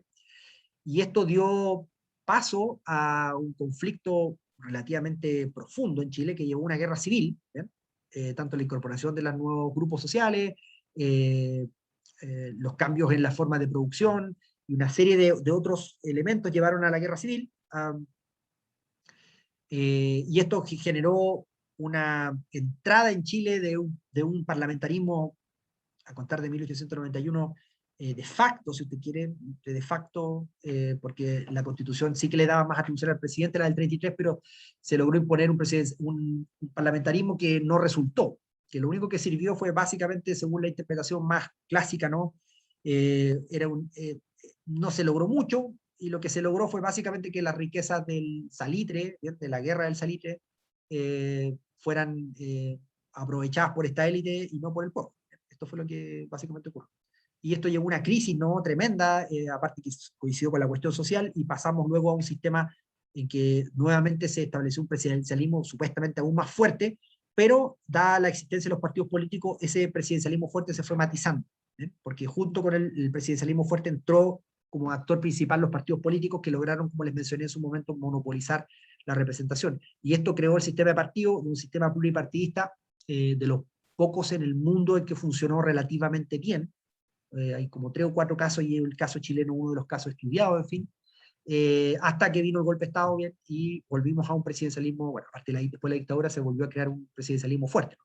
Así que nosotros siempre hemos tenido este problema, y los problemas del Perú son los problemas de Chile, son los problemas de Argentina, son los problemas de Uruguay, son los problemas del Brasil, ¿no? Un Estado centralizado, cero respeto a los territorios, bien, incluso en aquellos países que se definen como federales, estas competencias federales son, digamos, simbólicas, ¿no? En el resto de los países que somos unitarios y centralizados, más centralizados, el problema es aún más grave, ¿no? Entonces, recordar simplemente para ir cerrando que las leyes federales en Chile fracasaron, el federalismo en Chile fracasó por la oposición de la élite conservadora, y las elecciones de gobernador nunca se realizaron. Y en Chile estamos en el mismo, en el mismo tránsito histórico, en que hace años que tenía que haberse realizado unas elecciones que no se han realizado, y entonces estamos en esto mismo, ¿no? Entonces es curioso cómo la historia se repite dos veces, la primera como tragedia y la segunda como comedia, como dice famosamente ahí en el 18 de Brumario, el amigo Marx. Bien, ¿alguna otra pregunta? Muchísimas gracias, profesor. ¿No? Con eso ya estamos. Le dejo, eso sí, un minuto para que pueda despedirse de los alumnos y las alumnas. Gracias. Bueno, solo el minuto extra que me dan, les agradezco mucho de verdad la oportunidad de compartir estas ideas con ustedes, con todas y todos. Creo yo que, bueno, son un muy buen grupo, así que los felicito, las preguntas muy buenas, muy atingentes, ¿bien?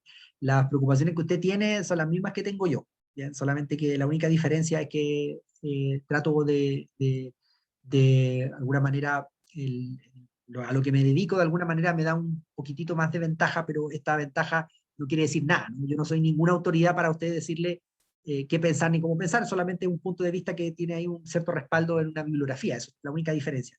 Así que los miedos, las ansiedades, las posibilidades de creer que las cosas pueden ir muy mal, o la esperanza que uno puede tener, son las mismas que compartimos todos.